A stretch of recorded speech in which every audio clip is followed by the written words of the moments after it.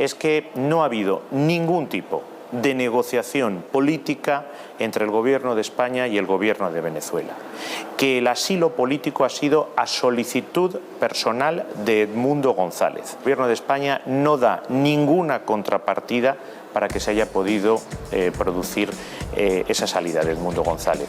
Edmundo González es en este momento, para quienes vivimos en España, un ejemplo claro del doble rasero con el que opera este país, sus leyes y sus instituciones. Es el ejemplo palpable del contraste que hace que recordemos que, aunque nos digan lo contrario, no todos somos iguales ante la ley. Es un ejemplo concreto de que, aunque esto suene fuerte, no todos somos iguales en general. Mientras González era traído desde Venezuela en el avión de las Fuerzas Armadas Españolas, había en Barajas quienes dormían hacinados a la espera de que sus solicitudes de asilo, mucho menos mediatizadas como es obvio, vieran luz verde. Solo en 2023, más de 163,000 personas solicitaron asilo, pero solo se le reconoció a 12 de cada 100, un 4,5% menos que el año anterior, pese a que las solicitudes han aumentado en un 37% con respecto a 2022. Desde la ultraderecha y la derecha mediática se encargan de decirnos que en Barajas hay motines por culpas de estos vándalos, pero no te cuentan la verdad para variar. No te dicen que se trata de personas que muchas veces llegan con niños y están hacinados sin servicios mínimos. Esas condiciones han sido denunciadas por diversos organismos, pero ¿cuánto oímos hablar de ellas? Ni la 10ª parte de lo que llevamos oyendo de Edmundo González, te lo aseguro. Dice el gobierno, el ministro Álvarez en particular, que se trata de una decisión lógica porque hay que proteger los derechos humanos de Edmundo González. Nadie podría rebatir algo así, pero insisto, me preocupan las piernas largas de la hipocresía, porque si se trata de proteger los derechos humanos, ¿por qué Edmundo González tiene un asilo veloz y 470 personas fueron devueltas de forma sumaria y sin garantías a Marruecos cuando la masacre de Melilla? ¿Qué derechos humanos tiene González que no tenían esas 470 personas? Y ya ni qué decir de los 37 que murieron por la actuación policial en dicha frontera en una operación racista, como bien han determinado diversos informes. Suyas son las conclusiones. Pero a lo mejor sirven los ejemplos concretos para notar este gobierno de la hipocresía. Si se trata de proteger los derechos y la integridad de Edmundo González, ¿por qué Abdelsalem Abdullah Khalifa, activista saharaui que llevaba el lunes 9 días en Barajas y que proviene de una familia históricamente azotada por la represión del Estado marroquí, no cuenta con el asilo, sino que todo lo contrario, han decidido negárselo? ¿Qué derechos tiene Edmundo González que no tiene Abdelsalem Abdullah? ¿Acaso nos están diciendo que no todos somos iguales ante la ley? Ya lo sabíamos, pero hay mañanas como esta en las que hay que recordarlo, porque los medios se encargan de que no te enteres de estos casos y no puedas siquiera hacer un contraste decente sobre esta sangrante realidad en el reino de la hipocresía. Este lunes, cuando Edmundo González llegaba a territorio español, denuncié así este doble rasero en el cierre del tablero. Porque si bien oímos, vemos y leemos sobre Edmundo González en toda la derecha y progresiva mediática, lo cierto es que vemos un único enfoque que obvia esa doble vara de medir con la que se trata tanto a Venezuela como en particular a Edmundo González. Para algunos, el gobierno presidido por Pedro Sánchez es equivalente a un Nelson Mandela institucional, defensor de los derechos del mundo y adalid de las democracias allende los mares. Para otros, se trata en realidad de un gobierno casi bolivariano que le ha quitado un problema a Nicolás Maduro. ¿Acaso no es obvia la falacia en ambos casos? Como hacemos habitualmente en Canal Red, vamos a hablar de la foto grande y poner el foco donde nadie quiere ponerlo, porque resulta fácil mirar lo conveniente, pero hacer periodismo supone mirar la realidad, sea o no conveniente para los discursos de unos u otros. ¿A quién ha dado asilo España? ¿Cuál es su trayectoria? ¿De dónde viene? Y sobre todo, ¿qué significa en términos geopolíticos tanto que esté en territorio español como que a día de hoy las relaciones entre España y Venezuela estén en un increchendo de tensión producto del oposicionismo del Partido Popular? Hoy en La Base Comanche hablamos de Venezuela, Edmundo González y el derecho al asilo, pero lo hacemos con el rigor que desnuda las hipocresías. Bienvenidos y bienvenidas.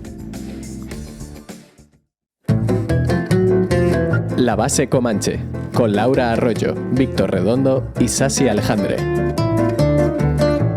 Víctor, cuéntanos. Pues hoy vamos a repasar en la base de datos la hipocresía de la llegada, la hipocresía que hay detrás de la llegada de Edmundo González a España y también por qué no es tan héroe, como dice Sánchez. Vamos a repasar un poco su perfil. Uy, algo me dice que al presidente Pedro Sánchez eso no le va a gustar, no le va a gustar tu sección. Víctor, Sasi, ¿tú qué nos tienes preparado? Buenas, Laura, pues vamos a repasar un poco cómo fue la construcción del fenómeno mediático de Edmundo González Urrutia y de María Corina Machado también de paso, y también cómo se ha cubierto en la prensa española internacional la llegada gloriosa y heroica de Edmundo González a Madrid. Hoy contaremos en la mesa de análisis Comanche con Eduardo García de Descifrando la Guerra, con Raúl Sánchez Cedillo, ensayista y analista, y con Bárbara Bécares, periodista especializada en temas de asilo e inmigración. Arrancamos, Ro. La base de datos. Dale, Víctor. Buenas tardes, Laura. Edmundo González ha despegado de Caracas en dirección a España en un avión de las Fuerzas Aéreas Españolas. El Gobierno de España ha dispuesto los medios diplomáticos y materiales necesarios para su traslado, realizado a solicitud suya. Así decía el comunicado publicado por el Ministerio de Asuntos Exteriores español horas antes de que el excandidato opositor venezolano aterrizara en Madrid el pasado 8 de septiembre. Tras el comunicado del Ministerio, la vicepresidenta ejecutiva de Venezuela, Delcy Rodríguez, se pronunció públicamente anunciando que González había abandonado el país con un salvoconducto concedido en aras de la tranquilidad y la paz política, después de que Edmundo González solicitara ante el gobierno venezolano la tramitación de asilo político. A pesar de que el ministro Álvarez saliera públicamente negando que hubiera existido algún tipo de negociación política, algo que poca gente, por no decir nadie, se cree, las autoridades venezolanas concedieron el salvoconducto al opositor tras mantener los contactos pertinentes con el gobierno español. Unos contactos en los que, según fuentes conocedoras de las negociaciones, la mediación del expresidente español José Luis Rodríguez Zapatero fue determinante. Un día antes de que Edmundo González llegara a España, se celebró el Comité Federal del PSOE y desde allí Pedro Sánchez, en su discurso, hacía un adelanto de la concesión de asilo del excandidato opositor. Defendiendo los derechos humanos de todas las personas, sea cual sea su religión o su raza, apostando por los organismos multilaterales, por la legalidad internacional, por la ayuda al desarrollo, como las mejores herramientas para abordar y para proteger la paz y el drama que padecen miles de migrantes. Defendiendo la democracia, combatiendo los bulos, las campañas de injerencia, protegiendo la seguridad y la integridad de activistas, periodistas y líderes políticos, estén donde estén, en Rusia, en Palestina o en Venezuela. Líderes como Edmundo González, un héroe a quien España no va a abandonar.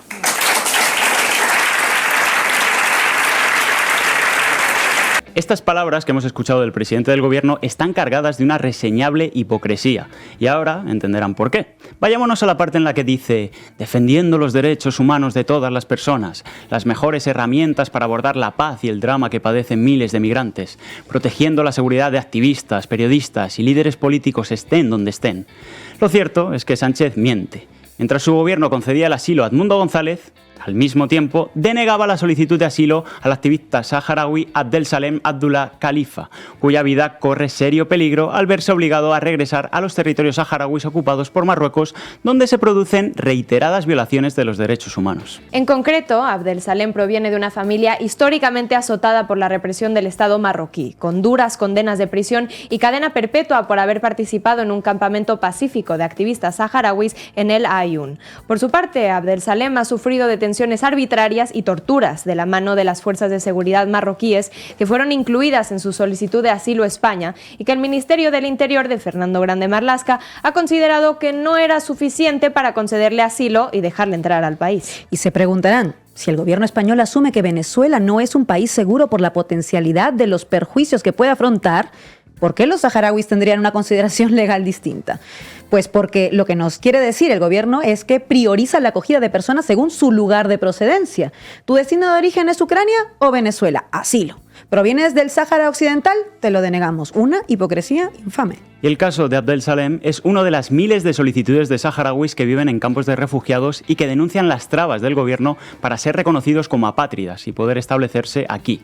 En el año 2023, como repasaba Laura en el editorial, más de 163.000 personas solicitaron asilo en España, pero solo fueron concedidas a 12 de cada 100 personas, un 4,5% menos que el año anterior, a pesar de que las solicitudes aumentaron en un 37% respecto al año anterior. El problema no es el mecanismo de protección de personas de cualquier origen. El problema es la hipocresía con la que se usan estos mecanismos como herramienta política. Si los derechos no son para todos, entonces no son derechos, son privilegios. Si las leyes no operan igual para todas, no son leyes, son herramientas de segregación desde el poder. En fin, pero vamos a la segunda parte del discurso de Sánchez, donde dice: héroes como Edmundo González al que España no va a abandonar. Edmundo González es un héroe, dice Sánchez. Un relato del excandidato opositor venezolano refrendado por los principales medios de comunicación de este país que cada día aplauden y lo consideran un adalid de la democracia. Pero ¿es realmente tan maravilloso Edmundo? ¿Es un héroe de la democracia como dijo el presidente del gobierno y como se oye y se lee cada día en los principales medios de comunicación de este país? Seguro que hay algo en los grandes medios que están omitiendo de su pasado, me parece. Pues lo cierto es que sí, Laura. En ningún medio te están contando que Edmundo González, antes de ser el líder de la oposición golpista venezolana, tuvo un pasado muy oscuro cuando trabajó en la Embajada de Venezuela en El Salvador, participando en la Operación Cóndor y en la formación de escuadrones de la muerte. Pero empecemos por el comienzo. ¿Quién es realmente Edmundo González? Como bien relata Lautaro Rivara en un perfil sobre el excandidato opositor en Diario Red, Edmundo González es un diplomático de carrera, egresado en Relaciones Internacionales en la Universidad Central de Venezuela y con una maestría en la Universidad Americana, una casa de estudios ligada a la Iglesia Metodista y ubicada en Washington, D.C., donde tejió excelentes lazos con el establishment político de los Estados Unidos. Su carrera diplomática comienza en 1978, ocupando el cargo de primer secretario en la Embajada de Venezuela en Estados Unidos. Y poco tiempo después pasó a ocupar ese mismo puesto, el de primer secretario, pero en la Embajada de Venezuela en El Salvador, entre los años 1981 y 1983. Periodo en que se producía una guerra civil en el país y se llevó a cabo la política contrainsurgente del Plan Cóndor, con uno de los casos más infames de masacres y violación de derechos humanos cometidos por los escuadrones de la muerte, que, ojo, fueron financiados y organizados desde esa embajada. Durante esos años, Edmundo González era la mano derecha y un estrecho colaborador del embajador venezolano en El Salvador, Leopoldo Castillo. Ambos señalados por Nidia Díaz, Sigfrido Reyes y otros excombatientes del Frente Farabundo Martí para la Liberación Nacional como cómplices de accionar de los servicios de inteligencia estadounidenses y de los escuadrones de la muerte. Acusaciones que, evidentemente, han sido rechazadas tanto por Castillo como por González. A pesar de ello, es un hecho que la llegada de Edmundo González, que venía de la embajada venezolana en Estados Unidos y de estrechar grandes lazos con el establishment estadounidense como mano derecha del embajador Leopoldo Castillo, coincide con uno de los capítulos más funestos de masacres y atentados contra los derechos humanos, siendo uno de los puntos de gestión desde esa misma embajada. Por ejemplo, en junio de 1981, 200 personas fueron asesinadas por los escuadrones de la muerte, que lanzaron cohetes y granadas a mujeres, ancianos y niños que intentaban cruzar la frontera con Honduras. O el 14 de agosto de ese mismo año, cuando The New York Times publicaba las denuncias hechas por Monseñor Rivera Damas acerca del asesinato de 70 personas sacadas por la fuerza de sus hogares y encontradas sin vida con signos de tortura. Dos ejemplos de una lista innumerable. Pero no solo se desacredita a Edmundo González como héroe de la democracia por su pasado oscuro en la Embajada de Venezuela en El Salvador. Es que el pasado 11 de septiembre, el Congreso de los Diputados en España, a propuesta del Partido Popular para presionar al gobierno de Sánchez, aprobó como presidente legítimo de Venezuela al excandidato opositor sin ningún tipo de dato que lo acredite. Edmundo González ha eludido el procedimiento electoral en Venezuela al no asistir a las audiencias programadas por el Tribunal Supremo de Justicia para presentar las actas. Seguramente porque esas actas, de las que la oposición afirma tener recopiladas más del 80%, fueron burdamente falsificadas, como demostró Román Cuesta en Diario Red. Edmundo González fue el único de los 10 candidatos que no concurrió a la citación del Tribunal Supremo de Justicia, alegando un estado de indefensión. Pero es que el argumento de González no sirve, porque tampoco esas actas a las que la oposición se agarra para autoproclamarse vencedores fueron presentadas a ningún organismo internacional para realizar una auditoría independiente, como propusieron actores de la oposición local y también del ámbito internacional. La llegada de Edmundo González a Madrid no es un caso aislado. Aquí en la capital, cooptada por la reacción, están dos de los expresidentes mexicanos con más sangre en las manos, Felipe Calderón y Enrique Peña Nieto. Mientras tanto, en la sucursal Little Caracas de esta capital se encontraban ya los líderes golpistas y guarimberos Leopoldo López y Enrique Capriles.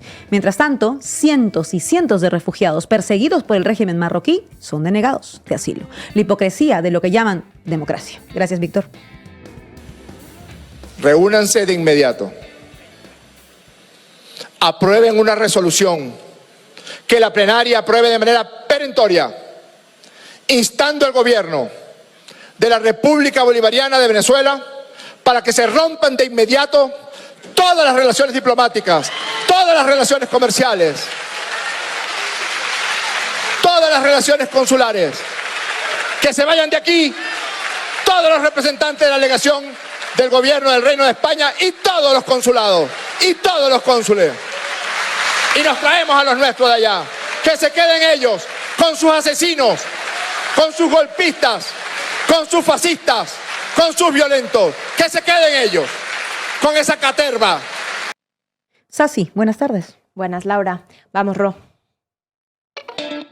Titulares al banquillo.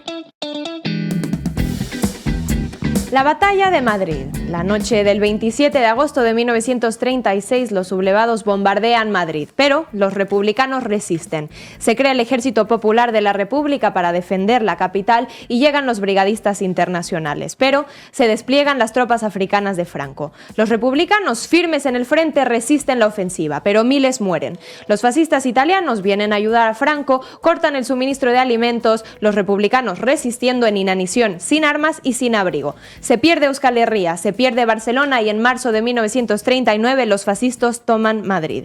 En el día de hoy, cautivo y desarmado, el Ejército Rojo han alcanzado las tropas nacionales sus últimos objetivos militares. Y desde ese momento, y aún pasada la supuesta transición, se debía mantener a Madrid como la cuna del fascismo. Hay disputas, movilizaciones, alzamientos, hay un 15M, la ola de protestas de los indignados. Entonces, se tiene que energizar el germen de la toma. Había que neutralizar a la ciudad del 15M para que no volviera a ocurrir. Hacer de Madrid un oasis de reaccionarios, con el Foro de Madrid y los asilos a golpistas y ultraderechistas. La ciudad en donde en días del franquismo se acogió, por ejemplo, a Videla, a Stroessner, a Batista, a Klaus Barbie, el carnicero de la Gestapo, que además ayudó a asesinar al Che Guevara, la crema innata del fascismo, vamos. Pues esta misma ciudad hoy encausa otra vez un oasis, ahora para miembros de la nueva reacción. Transición a la democracia le llamaron. Ya hablábamos de la nueva generación de asilados en los que figuran Enrique Peña Nieto o Felipe Calderón, los expresidentes mexicanos conocidos por sus amplias labores represoras como la matanza de Atenco o la guerra contra el narco. Y por supuesto, hablando de Venezuela, lo mejor de lo mejor, Enrique Capriles o Leopoldo López. Pero hablemos del más nuevo integrante de la capital reaccionaria y más concretamente de la sección Little Caracas. Ese sería el señor Edmundo González Urrutia. Pero antes de analizar su recibimiento valeroso en la capital cooptada por la reacción en la prensa, vamos a ver la construcción de Edmundo como fenómeno mediático. Una operación que inicia previo a las vísperas de las elecciones venezolanas de este julio. Edmundo González, el que bien retrató Víctor como un mercenario, trabajando tras bambalinas desde los inicios de su carrera misma como la mano derecha del embajador de Venezuela en El Salvador, Leopoldo Castillo, en aras de la guerra civil, y según varios testimonios siendo una figura clave de la Operación Centauro, encargada de los escuadrones de la muerte, el ejército paramilitar que asesinó a diestra y a siniestra a comunistas, campesinos, estudiantes o sacerdotes teólogos de la liberación, como el mismo Ignacio Ellacuría. Todo esto, sin embargo, sistemáticamente ocultado en la prensa porque estorbaba para la construcción del personaje idílico del libertario venezolano. Entonces, ¿cuál fue el relato? Pues vamos a ver. Titular de CNN de junio. Un abuelo callado, amante de los pájaros, se enfrenta al strongman Maduro este verano. Subtítulo: La figura del abuelo. Sobre este bello retrato de Edmundo alimentando unas guacamayas en su balcón escriben: vienen aquí todos los días, 2, 3, 4, a veces 10. Son sus amigas, dice su hija Mariana González sobre Edmundo. Cuenta también la pieza que sus otras pasiones son el béisbol, el Real Madrid, las barbacoas familiares y la lectura. Sus fans, prosigue la pieza, lo ven como una figura de abuelo de la nación. Es tiempo para que la gran familia venezolana se una de nuevo, le dijo a CNN en español. Desde ahí ya destapando sus intenciones en hacerlo una celebridad, no un político. Sus seguidores no son tal, son fans, como si fuera una estrella de cine. Y su bandera fundamental es la familia. Pero no fue solo CNN y demás medios estadounidenses. El grupo Prisa no se podía quedar atrás. ¿Qué tal fue el desempeño propagandístico de El País para esta campaña? Cuéntanos, así. Bueno, pues se ve que algo sabrán del manual ese de Goebbels, la verdad del país. En julio, por ejemplo, vamos a ver. Edmundo González Urrutia, el hombre consenso, parco, tímido, metódico, amable, disciplinado, algo impaciente. El candidato opositor que se enfrentó a Maduro es un social cristiano de modales moderados que nunca ha buscado poder ni protagonismo. Mucha imaginación tampoco tienen, casi es la transliteración de es callada, tímida, inocente, tiene la mirada, la canción de Los Ángeles azules, en fin. Pero luego, esta pieza sí que habla de su pasado, haciendo malabares para evitar hablar sobre sus crímenes de guerra, pero sí que sale algo. El joven embajador Edmundo González Urrutia fue uno de los responsables del regreso de Felipe González a España a mediados de los años 70 para la transición española, una gestión que coordinó el entonces presidente de Venezuela, Carlos Andrés Pérez. Esto dice la pieza. Algo que cuenta González, bueno, con mucho cariño, recordando cuando Andrés Pérez le dice: usted lo busca y se lo lleva, y así lleve a Felipe de regreso a su país. Se pueden esconder algunas cosas, pero se les termina viendo el plumero. Para refrescar un poco la memoria, ¿quién fue el honorable presidente Carlos Andrés Pérez al que, según sus mismos testimonios, Edmundo González le hacía trabajillos como su cercano allegado? Pues repasemos sin más ni menos. Carlos Andrés Pérez, primero ministro del Interior con Rómulo Betancourt, el expresidente venezolano, su mentor y patrocinador, un gobierno también recordado por la tortura, masacres, desapariciones e incluso bombardeos. Y es que después llega a la presidencia Carlos Andrés Pérez en 1989 e inmediatamente después presenta el paquetazo, solicitando casi $5 millones al FMI y al Banco Mundial para, claro, subyugarse ante estas instituciones imperialistas e impartir su plan para Venezuela. Privatizaciones masivas y fusilamiento de lo público. Empieza el Caracazo. Protestas masivas contra el neoliberalismo voraz. Brutal represión policial y militar. La cifra oficial, 276 muertos, aunque varias organizaciones aluden a más de 3.000 en lo que fue la masacre del Caracazo. Es decir, un evento histórico de los más traumáticos en el país, perpetrados por un presidente neoliberal derrotado por el mismo Chávez. Es cubierto en la prensa de hoy, vamos a ver cómo, de esta manera. La BBC.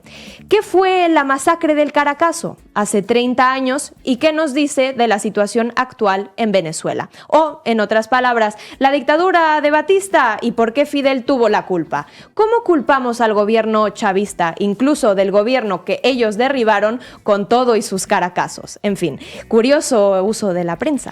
Pero aún con todo esto, a Carlos Andrés Pérez le gustaba disfrazarse de izquierdas. Incluso fue vicepresidente de la Internacional Socialista. Pero sigue el modelo PSOE, el modelo Red Set. En aras de una guerra fría en curso, forma parte de los no alineados disfrazados de izquierda, pero por detrás recibiendo cheques de la reacción de las fuerzas imperiales, en este caso, literalmente. Cheques literales. Una de las poquísimas incursiones del New York Times en el periodismo, yo sé, rarísimo, es en 1977 cuando revelan la financiación a Carlos Andrés Pérez por parte de la CIA, desde su tiempo como ministro del Interior con Betancourt.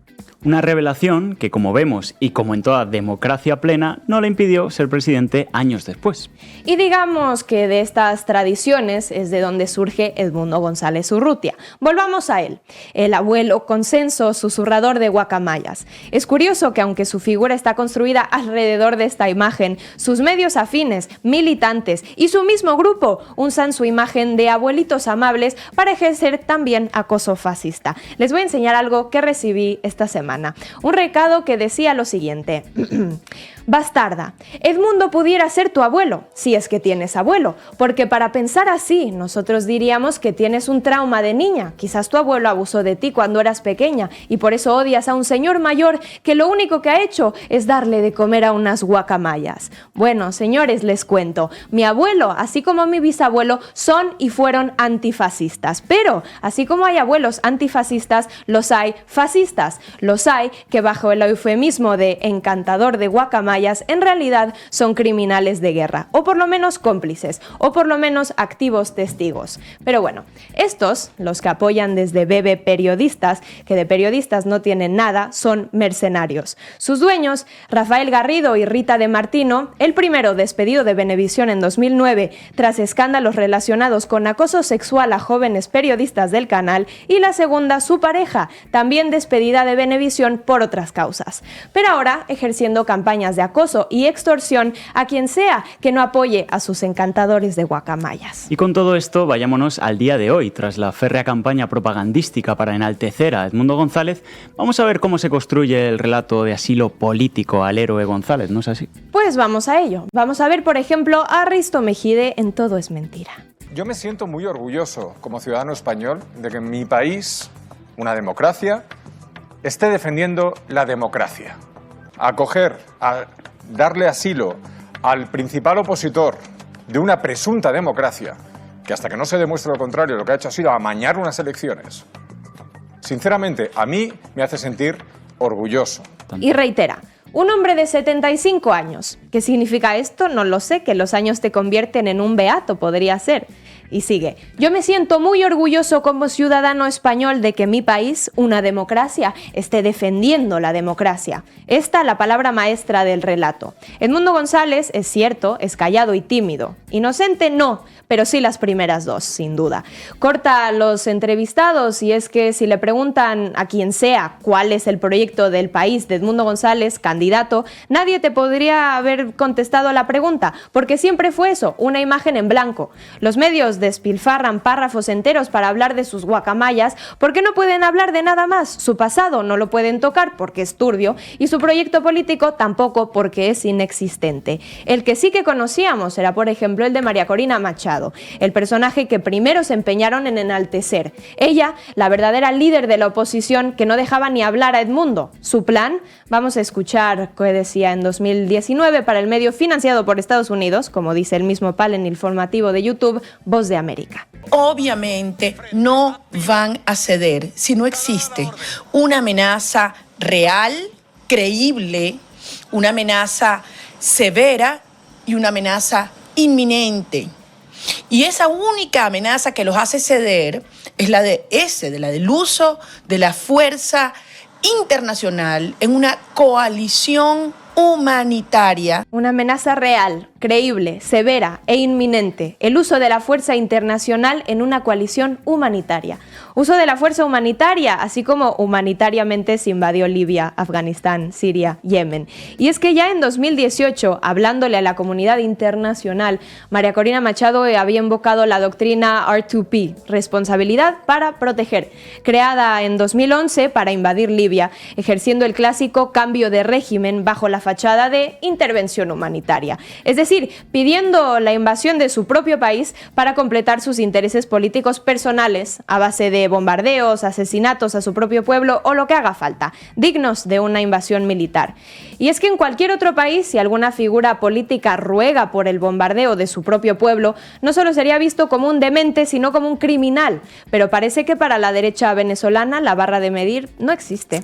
En fin, pero vayamos a otro caso. Veamos qué más dijo, por ejemplo, la periodista Ana Samboal sobre el asilo a Edmundo González en Mañaneros de Televisión Española. Al candidato ganador nos lo hemos llevado de allí porque corría peligro su vida. No hemos sido capaces de preservar su seguridad allí, en todas las embajadas europeas que hay allí. Nos lo hemos llevado de ahí, no hemos sido capaces de preservar su seguridad ahí. Nosotros no hemos podido cuidar a nuestra colonia. Luego dice que Venezuela nunca fue colonia, sino que los que vivieron ahí eran españoles de América. En fin, ya que les importan tanto los venezolanos, me pregunto qué dirían los venezolanos de saber que aquí se les llama españoles de América. Yo me lo pregunto porque Ana Samboal nunca se lo preguntaría.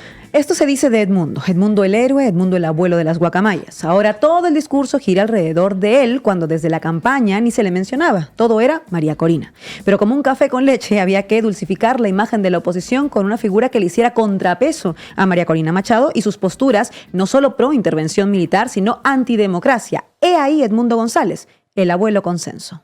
Policía malo, policía bueno, Pinky y Cerebro. Aunque ambos hayan tenido pasados muy similares de conexiones con la CIA y de participación o llamamiento a crímenes de guerra, pero eso no importaba para el relato. Un relato comprado incluso por algunos medios llamados de izquierdas, que al final, cuando tenían que admitir que la única etiqueta política que le cabe a María Corina Machado es la de ultraderecha golpista, se lavaban las manos poniendo un pero. Pero Edmundo González es de centro-derecha, o abiertamente diciendo, bueno, en realidad no sabemos cuáles son las posturas de Edmundo González, pero seguro que no serán las de María Corina.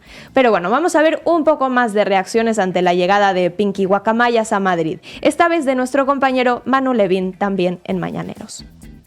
Porque ustedes aplauden a Edmundo González como un héroe de la democracia. Edmundo González, antes de liderar una oposición golpista en Venezuela, no sé si ustedes saben lo que hacía en El Salvador, cuando trabajaba en la Embajada de Venezuela en El Salvador, participar en la Operación Cóndor, participar en la formación de escuadrones de la muerte, que asesinaban a maestros, que asesinaban a estudiantes. Este es su héroe de la democracia, que apoyaba las dictaduras de verdad, las dictaduras de verdad que hubo en el Cono Sur, la dictadura de Videla, de Pinochet. Ana y entonces Javier, esas son las dictaduras dictaduras que le gustan a Edmundo González, al que yo no ustedes juzgo a aplauden. Edmundo González. Entonces, hablemos de democracia, hablemos en serio. Espera un momentito. Sí.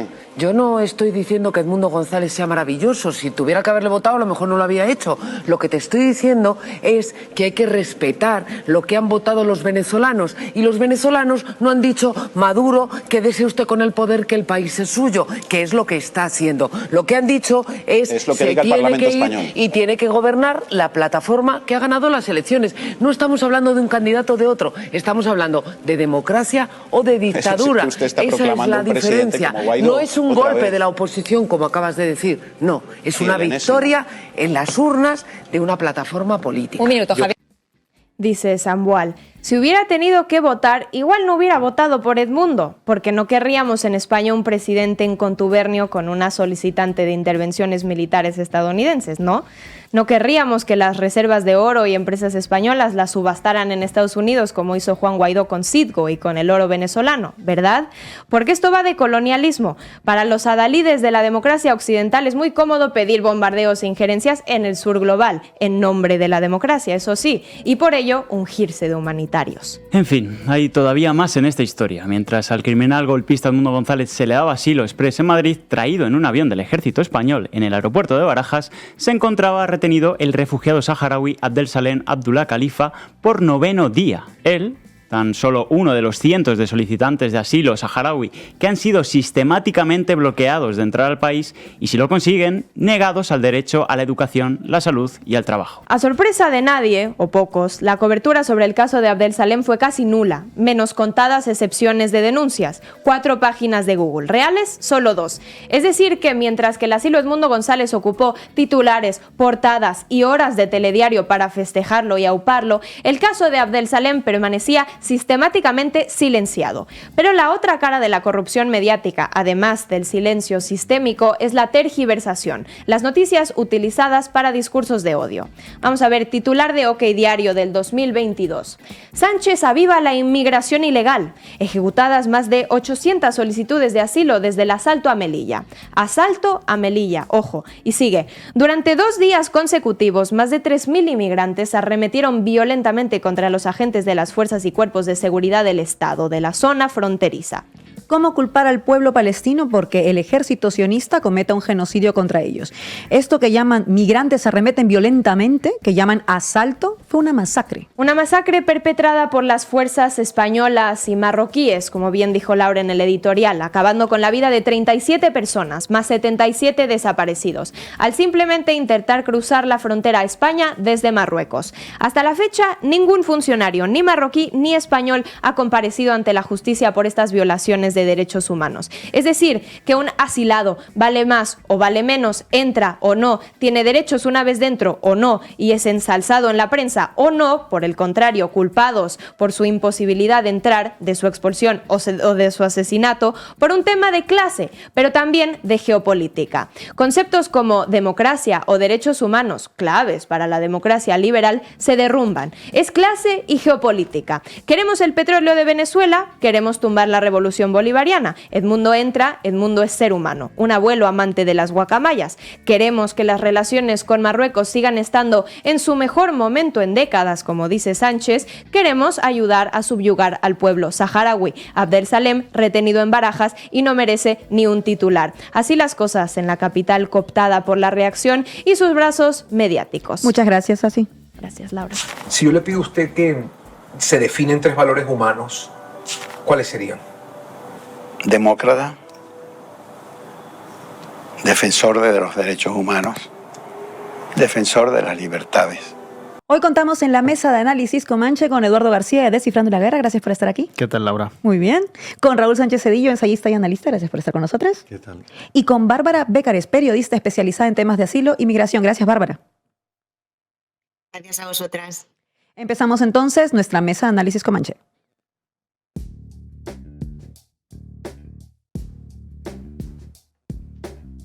Quiero empezar con una pregunta amplia dirigida a los tres, a las tres que nos acompañan.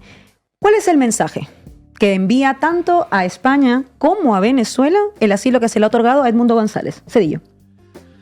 Bueno, el mensaje es que se apuesta por la continuación de la situación que ha llevado a Venezuela prácticamente a ser un Estado fallido en gran medida, una situación humanitaria terrible con un foco de inestabilidad y pues, prácticamente guerra civil larvada, si no ya plenamente desarrollada, que afecta, entre otras cosas, a Colombia, ¿no? Y que es un factor de extensión de esa dinámica golpista que en este momento es totalmente favorable a la reconstrucción de los viejos dominios oligárquicos coloniales en la región contra gobiernos democráticamente elegidos, ¿no? Llamar héroe. Recordemos esto. No sé si es una salida de guión, que se le fue la pinza porque está muy agobiado nuestro Pedro Sánchez, pero llamar héroe a Edmundo González, quiero decir, no es una cuestión de... es una cuestión objetivamente ridícula. Es decir, no ha hecho nada para ser un héroe, realmente. Ha sido un diplomático, además, que probablemente pues, cuenta con miles de complicidades. Seguramente hay algún héroe en la oposición venezolana, personas que realmente pudiendo hacer cosas mucho más, menos arriesgadas para su vida, su patrimonio, etcétera, pues no lo han hecho, ¿no? Pero Edmundo González no lo es. Entonces es un respaldo de los planes de Washington y es una apuesta realmente por mandar un mensaje claro de que el dominio histórico, colonial, oligárquico, pues no se toca en la zona. Voy contigo, Bárbara. ¿Qué mensaje envía tanto al Estado español como a Venezuela? Bueno, desde el punto de vista de que yo he trabajado llevo muchos años trabajando con personas que necesitan asilo, que vienen de muchos países diferentes y que encuentran muchísimas trabas a la hora de poder pedir asilo, a la hora de poder acceder al asilo, a la hora de poder recibirlo, lo que muestra es una vez más que tanto en España como en Europa, que está apoyando todo esto, ¿no? Tenemos unas políticas migratorias y unas políticas de asilo que son muy clasistas y que diferencia mucho a las personas según los intereses políticos que hay, según las decisiones que toma cada gobierno. No se hace de una manera totalmente objetiva como debería ser, ¿no? Porque el derecho al asilo es un derecho internacional. Contigo, Edu, ¿qué mensaje envía? Bueno, yo creo que ante todo nos deja en claro cuál es la línea que el Partido Socialista y el Gobierno de España siguen en materia de política exterior, que es una política eminentemente gestual, estética.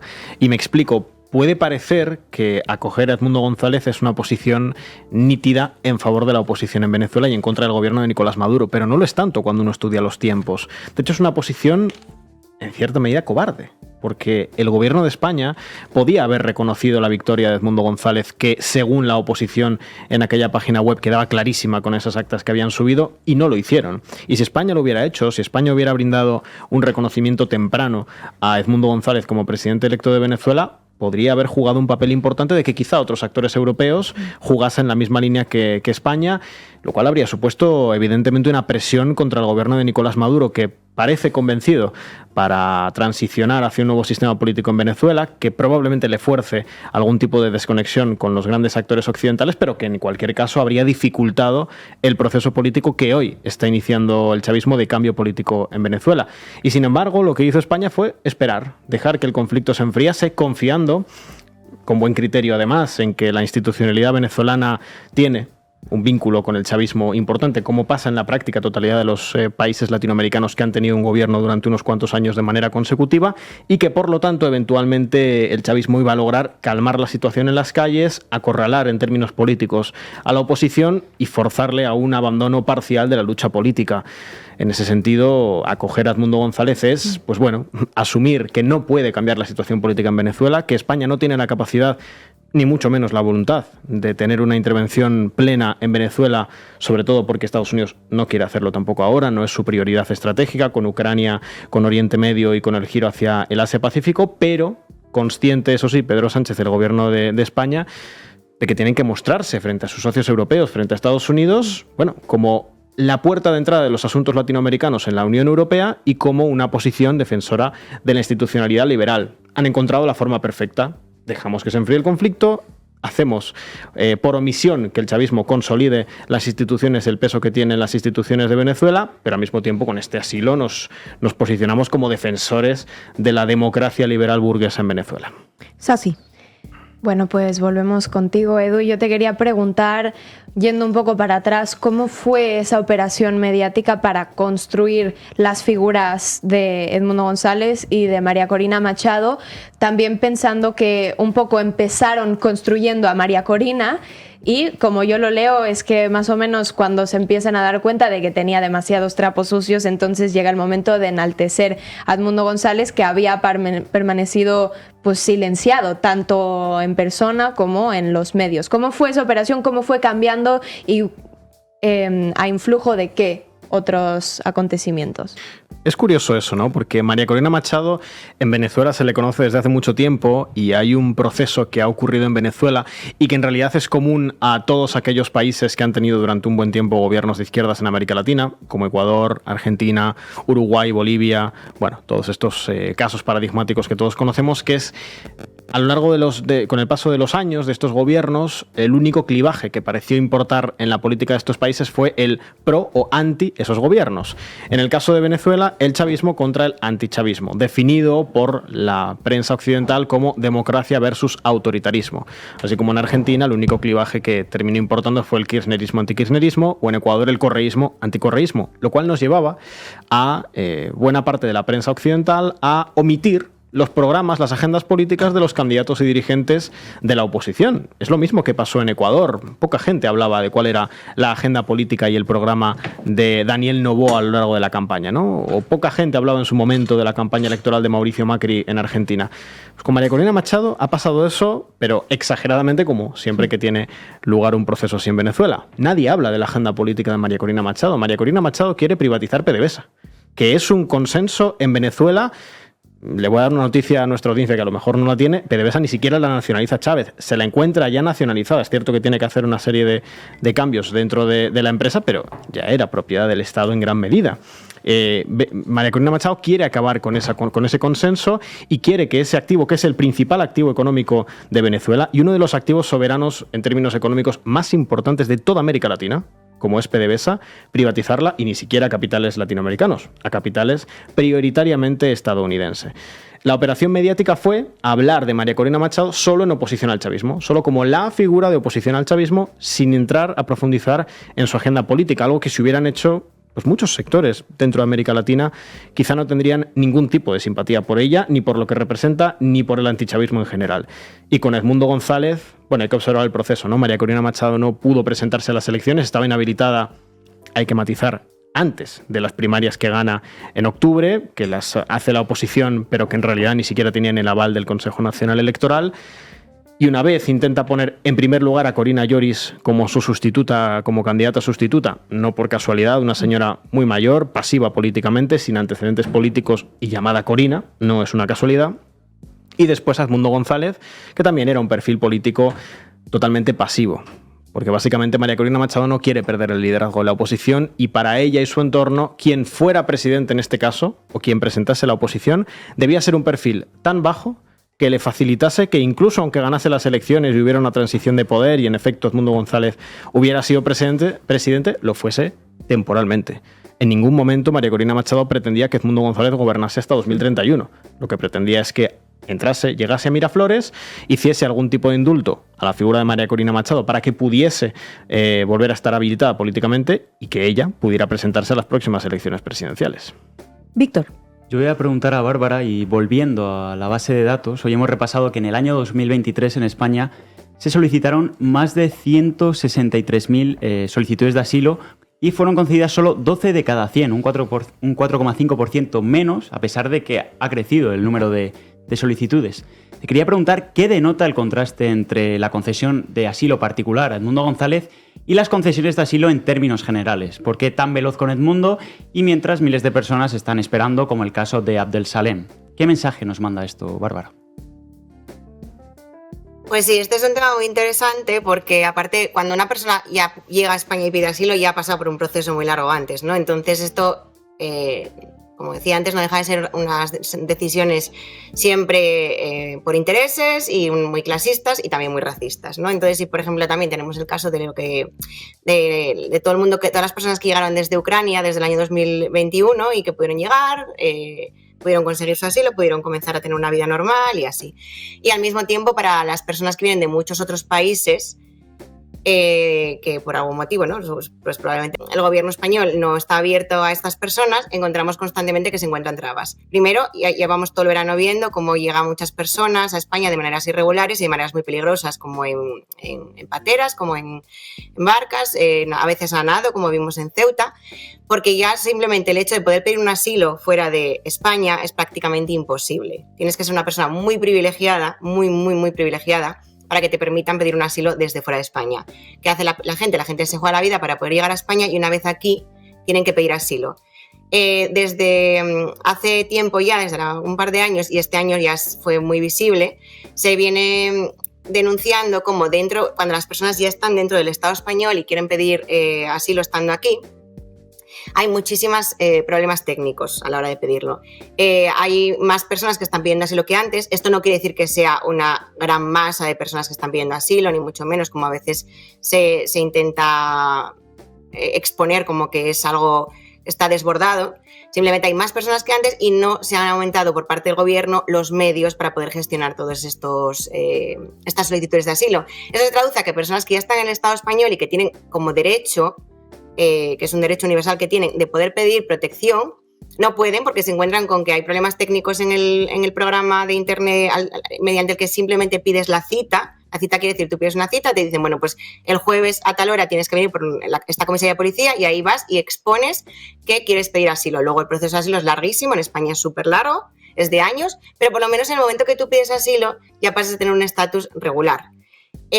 Todos estos problemas que la gente está encontrando está dejando a miles de personas sin ningún tipo de posibilidad de regularizar su situación. Personas que escapan de países en guerra o de dictaduras o de persecuciones, a la hora de pedir asilo se encuentran que están en una situación irregular.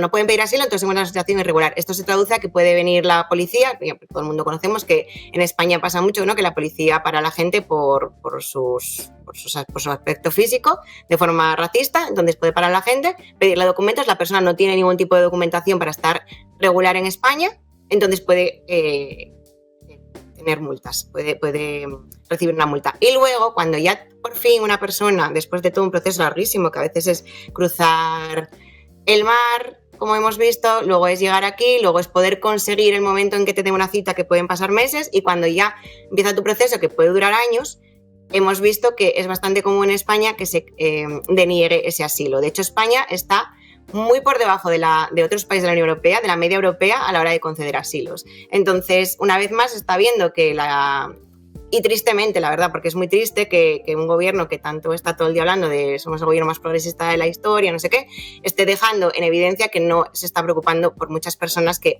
a mucha gente de la sociedad española se nos preocupan. Y bueno, esto repercusiones políticas va a tener, porque si se sigue adhiriendo a las formas que podría tener cualquier partido de derechas el gobierno de Pedro Sánchez, pues probablemente mucha gente no quiera seguir votando por los partidos del gobierno, ¿no? Y bueno, eso, hay mucho clasismo, mucho racismo a la hora de permitir a la gente tener su derecho a una protección. El contraste es particularmente elocuente, como narra Bárbara, sin duda. Y yo quiero ir más a un aspecto un poco más geopolítico contigo, Cedillo. Porque es verdad que el hecho de que Madrid sea una suerte de capital reaccionaria también resulta cuando menos interesante. Ya no solamente hablamos de Little Caracas, sino hablamos en realidad también de la presencia de los expresidentes mexicanos que hemos narrado al inicio de la base. Y entonces te iba a preguntar, ¿qué es lo que tiene Madrid que funciona como una especie de núcleo articulador de esta capital reaccionaria, como capital reaccionaria directamente? Es verdad que en Argentina vemos que también se empiezan a gestionar o a ocurrir esa suerte de articulaciones, pero creo que el peso de Madrid no lo tiene ninguna, entendiendo además que España tiene un peso importante para América Latina. Y ahí es donde da la pregunta también. Que nos dice en términos de colonialismo, por ejemplo, que sea Madrid el lugar a donde suelen venir estos representantes reaccionarios en general de Sudamérica, diría, y además aquí plantear sus alianzas para construir sus propias resistencias políticas. Bueno, lo ha dicho antes Edu, hay una larga duración, ¿no? Colonial. Madrid era la capital del imperio, ¿no? Al menos estaba la capital de la villa y corte, ¿no? Aunque realmente fuera Sevilla, etcétera, ¿no? Donde estaba toda la administración colonial. Esa es una larga duración, pero luego está la dimensión del experimento madrileño de la derecha española, ¿no? Quiere decir, la construcción de la metrópoli madrileña pues como un semiparaíso fiscal, como un laboratorio político, ¿no? Donde realmente las derechas y extremas derechas se reúnen, se apoyan, se financian, etcétera.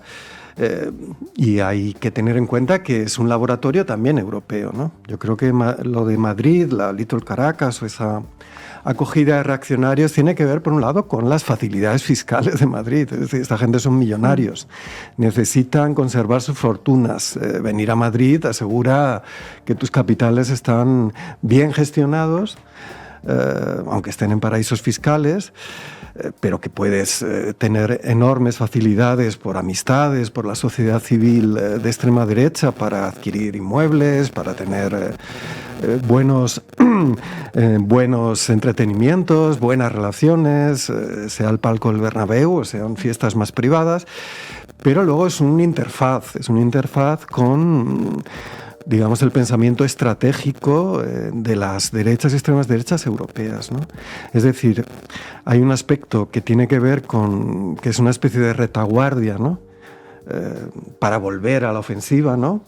Contra los gobiernos progresistas o más antioligárquicos en América Latina, pero al mismo tiempo hay que verlo desde el punto de vista del aprendizaje de las derechas europeas, en particular españolas, ¿no? Que no necesitan mucho aprendizaje respecto a ferocidad, fascismo y voluntad de encarcelar y matar a muchas personas, pero sí, pues, por ejemplo, desde el punto de vista de la propaganda, desde el punto de vista de los lenguajes, etcétera, etcétera. Es decir, el PP madrileño, paradójicamente, aunque ya Esperanza Aguirre, con una vocación muy atlántica o sobre todo muy británica, ¿no? Por ejemplo, hablaba de multiculturalidad, cosa que ha perdido el PP madrileño, ¿no? Madrid, la suma de todos, es un viejo lema que venía a decir que somos muchas comunidades, especialmente latinos, etcétera, etcétera, ¿no? Ahora vemos una dimensión mucho más de racialización, mucho más étnica, mucho más neocolonial, que entronca un poco con la dirección que están tomando las estrategias de las derechas, no solo de la ultraderecha, que es la construcción o la constitucionalización, es decir, introducir de manera más o menos explícita, más o menos procedimental o administrativa, formas de apartheid interno. Cuando el ministro verde y vicepresidente Habeck habla de que el peligro fundamental para la democracia en Alemania es el islamismo, cuando tienes millones de personas, cuando eso te lo dice también Macron, los republicanos, el actual primer ministro nombrado por Macron, etcétera, etcétera. Y cuando vemos que llevamos todo el verano, y parece ser que va a ser todo el curso político, una explícita e implícita, consciente e inconsciente alusión a que el problema fundamental de las sociedades son las personas de otro color, son las personas de las excolonias, vemos que ese laboratorio está funcionando y está adquiriendo una velocidad, una aceleración terrible, ¿no? Terrible y violenta. Estamos hablando de introducir en el viejo repertorio golpista, ¿no? De las derechas españolas, un elemento de guerra civil, un elemento de violencia, pues, tipo guarimba, tipo tal, en las formas que la práctica vaya indicando. Quiero decir, si unimos los puntos del diagrama, ¿no? Pues, quiero decir, no todo el mundo es tan imbécil como Dani Esteve, ¿no? El de Desocupa, ¿no? Que después de tener acuerdos con el SUB, de estar en todas las televisiones, va y amenaza a los que le dan de comer, ¿no? Pues ese, digamos, sale de la ecuación, pero viene otro que será más inteligente. Y vemos que realmente el problema de la racialización de la sociedad, el problema de la justificación del apartheid, porque no puede haber convivencia, implica necesariamente introducir ese repertorio de violencia, seguridad privada, bandas fascistas y absolutamente pues ese irracionalismo. Y hay una variante que hay que explorar también, aunque eso sería mucho más complejo, ¿no? Quizás Edu tiene claves, no sé si tenemos tiempo, que es el neopentecostalismo, ¿no? Es cierto que Maduro también, ¿no? Parece que está en cosas así muy raras, ¿no? Que dice que viene, que Ayuso hace ritos satánicos, ¿no? Quiero decir que es todo, el problema del catolicismo en América Latina es gravísimo. Y Francisco no está ganando esa batalla. Lo que vemos es que esa dimensión absolutamente de misión teológica, de acabar con el mal, la introducción del mal, que por cierto es algo que entronca con una tradición reaccionaria española, ¿no? Desde la escuela de Salamanca, por ejemplo, todos los libros de Jiménez Los Santos, que es ateo, pero dice que el catolicismo está muy bien, sobre el comunismo, dicen que el comunismo es el mal. El problema del comunismo es que es el mal absoluto, ¿no? Esa introducción de ese precepto teológico que es fundamental en ese neopentecostalismo. Somos el bien, hay una predestinación, nuestra riqueza, nuestro éxito demuestra, por así decirlo, la misión divina, y los otros son el mal y hay que exterminarlos, ¿no? Ese es el cogollo del asunto. Entonces lo que vemos es una profunda hibridación y una sincronización de agendas, ¿no? Es decir, es lógico porque el problema que tienen las derechas que han gobernado el continente occidental bajo preceptos, digamos, relativamente ilustrados, ¿no? De separación iglesia-estado, de democracia social de mercado, etc., ese repertorio no les sirve para gobernar un proceso en el que saben perfectamente que tienen que venir millones y millones de personas del sur global, pero no se les pueden dar derechos, no pueden acceder a esa igualdad. Entonces hay que construir instituciones, relatos y procesos de disciplinamiento feroz, fascista o no fascista, de esas poblaciones y convencer a las élites de que ese es el objetivo, ¿no? Pues nos quedamos con varias ideas sobre diferentes perspectivas que se abordan muy poco en los medios de comunicación y les agradecemos, por supuesto, a Raúl, a Eduardo y a Bárbara por haber estado en nuestra mesa de análisis Comanche. Y nosotras, llegando ya al final del programa, les dejamos con una canción de Ali Primera, que es Techos de Cartón. Hasta el próximo viernes.